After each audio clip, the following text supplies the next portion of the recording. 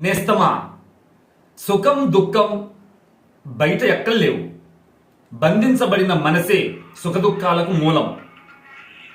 ఎటువంటి ఫీలింగ్ నీ హృదయంలో లేక నిశ్చలంగా నిలిచిన క్షణం అది నిర్వికల్ప సమాధి.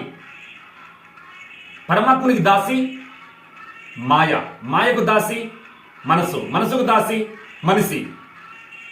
వీటిని జయించాలంటే పరమాత్మను శరణు పొందాలి.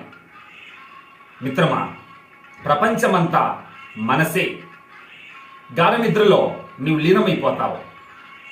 కనుక సుఖదుఖములు, మంచి చెడ్డలు, మానవమానాలు మనోకల్పితాలని పచ్చి నిజాన్ని గుర్తించు. నీ స్ఫురణకే కష్టమైన సుఖమైన తగులుతుంది. తగిలిన దాన్ని తత్వబోధతో విచారిస్తే నీకు శాంతి లభిస్తుంది. కానీ నువ్వు విచారించక ఆ థాట్స్తోనే నువ్వు తల్లడిల్లిపోతావు. అప్పుడే నీకు దుఃఖం.